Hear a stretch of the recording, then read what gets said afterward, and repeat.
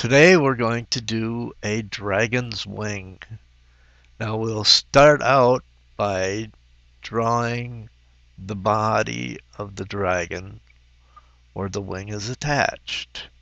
So we put a line there, and then we draw our main line for the bone structure, which is what I draw first. And then I like to have a little claw at the end of the wing there.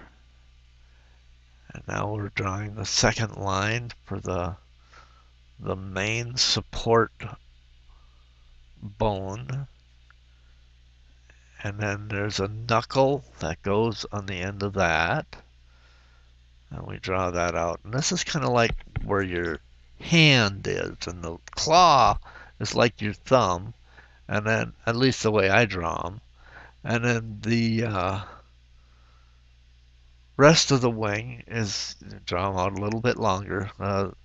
And those are like your fingers reaching out. And I taper those almost to a point. Now we space it down a little bit and curve it a little and run down to the second finger. And we draw this one down a little bit longer. There we go. And then we draw that down there. And we move on to the third finger, which we go almost, I don't know, it's about 2/3 of the space between that and the second and the first. It's not quite as far apart. And then the fourth one we draw, and it almost comes straight down the page. And this is the way I draw my wings. I create the structure, the bone structure. Now I go back and then I draw the membrane that goes between the bones that creates the wing. And I put a little curve to those. Now, when I'm drawing a dragon for a picture or a painting, I'll sometimes put little jagged edges there or little holes in the wing to give it the look that it's been in, like maybe some fights or had some injuries. And now we go back and we start shading. I start with the hook or claw, and I leave a little bit of white there for a highlight, and I shade it as a curve.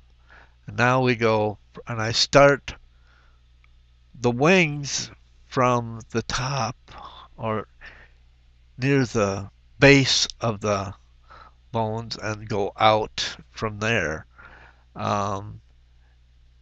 It seems, for me anyway, it seems like I can get more control over the way the texture of the wing looks by shading in the direction that the wings flow out from the hand or body. And I move along rather quickly. Now I'm using a woodless pencil, and it's all graphite, and I'm using an 8B on this one, so it's fairly soft, so I don't have to press very hard at all, and I can go over and I can get some really dark shades there, which helps give it a 3D look too. And I vary the pressure as I go to add a little texture to my shading so it looks like a membrane or leather almost. And I will be doing a painting in watercolor of a dragon, and I'll be breaking it down into parts like I'm doing with the drawing here. And you'll see how that texturing is done in watercolor. And I get a lot of compliments from my uh, clients and my students as to how much they look like leather wings when I'm done.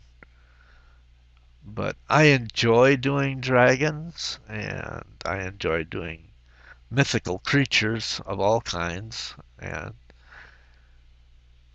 I just continue shading here. Now, I'm not real concerned about going over the edges because I do my cleanup,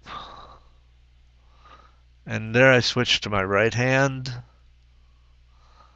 Uh, I'm predominantly left-handed, and I occasionally will switch to my right hand, even when I'm painting, and I don't know why I do that, but um, there are times where it's easier for me to just do it with the right hand, and so being lazy, I just do which is the thing that's the easiest, and for me, it's to switch to the right hand.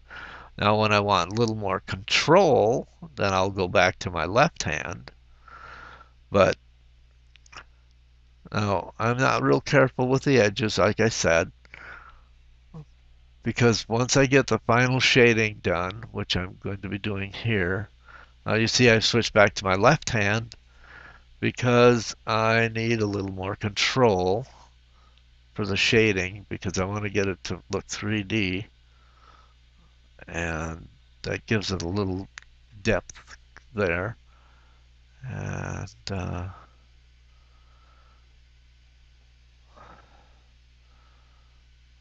and again, I start close to the bones and work my way down, getting lighter as I go out.